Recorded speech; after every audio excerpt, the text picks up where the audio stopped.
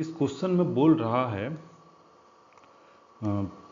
A storage battery of EMF 8 volt and internal resistance 0.5 ohm is being charged by a 120 volt DC supply using a series resistor of 15.5 ohm. What is the terminal voltage of the battery during the charging? सो हम लोगों को ये formula पता होना चाहिए। Charging के समय में जो फॉर्मूला होगा टर्मिनल पोटेंशियल का, टर्मिनल वोल्टेज का, वो होगा V equals to E plus I R. Okay, और डिस्चार्जिंग में फॉर्मूला यूज होगा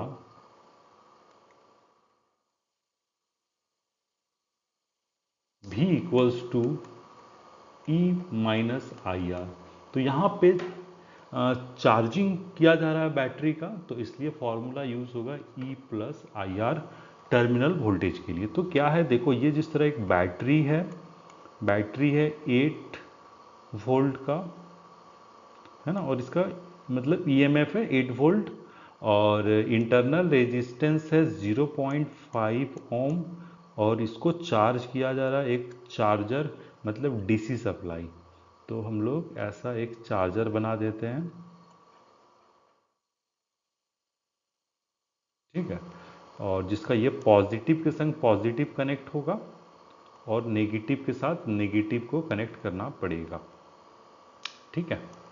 तो और एक बोल दिया गया, एक रेजिस्टेंस भी यहाँ पे यूज़ किया गया है, सीरीज रेजिस्टेंस, है ना। तो कितना है वो सीरीज रेजिस्टेंस है 15.5 ओम का, है ना। तो यहाँ पे हम लोग पहले करंट निकाल लेते हैं। ये चार्जर का वोल्टेज है 120 वोल्ट।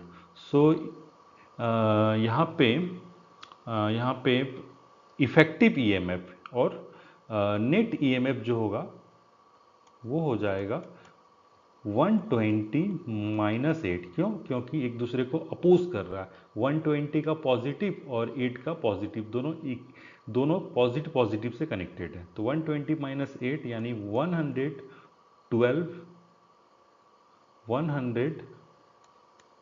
वोल्ट हो जाएगा। तो इस सर्किट में करंट कितना फ्लो करेगा? करंट इस डायरेक्शन में फ्लो करेगा, I equals to net EMF by total resistance. So total resistance हो जाएगा 15.5 प्लस 0.5 मतलब 16 ओम। तो नेट ईएमएफ 112 बाई 16। तो यहाँ पे हमारा जो करंट आ जाएगा, इसको कैलकुलेशन करना पड़ेगा, कितना होगा, 1685 यानी ये 7 आएगा, 7 एम्पियर। करंट जो सर्किट में जो करंट फ्लो हो रहा है वो 7 एम्पियर हो रहा है। अब हम लोग को निकालना है, जिस तरह इसको नाम दे देता हूँ ए, तो इसको नाम दे देता हूँ बी, तो ये हो गया टर्मिनल वोल्टेज, और इसको नाम दे देता हूँ सी। इसको हम लोग ऐसे भी लिख सकते हैं V A minus V B equals to V A minus V C plus V C minus V B.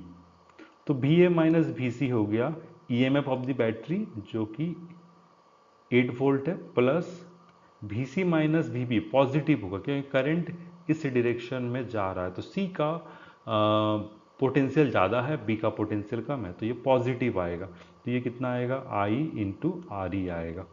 तो यहाँ पे V A minus V B, इसी को हम लोग बोल रहे हैं terminal voltage, V A minus V B को, वो हो जाएगा 8 प्लस आई आ गया 7 और इंटरनल रेजिस्टेंस गिवन है 0.5।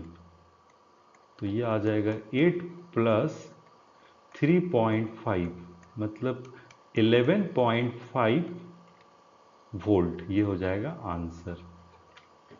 अब यहाँ पे एक इस क्वेश्चन में एक और पार्ट है जो बोल रहा है what is the purpose of having a series register in the charging circuit.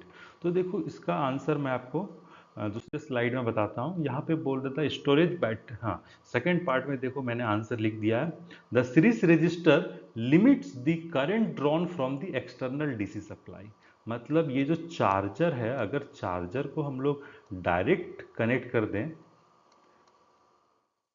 तो इससे क्या होगा, विदाउट एक्सटर्नल रेजिस्टेंस, तो इसके वजह से बहुत ही हाई करंट फ्लो होने लगेगा, जिसके वजह से क्या हो सकता है, कुछ दुर्घटना घट सकता है, या फिर जो आपका बैटरी है वो डैमेज भी हो सकता है।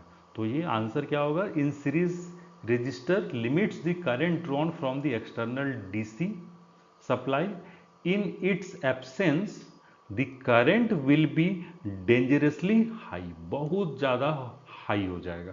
तो इसके वजह से बहुत सारे प्रॉब्लम्स आ सकते हैं, तो बहुत हाई करंट हो जाएगा जो कि ठीक नहीं है। ठीक है, तो ये वायर को हो सकता है मेल्ट कर दे, या और भी बहुत कुछ हो सकता है। ठीक है, तो बहुत हाई करंट फ्लो करने लगेगा, इसलिए करंट को लिमिट करने के लिए हम लोग यहाँ पे एक सीरीज में रेजिस्टेंस ऐड कर देते हैं। ठीक है, जिससे करंट जितना चाहिए उस तरह से करंट, उस तरह से रेजिस्टेंस को कनेक्ट करते हैं। ठीक है।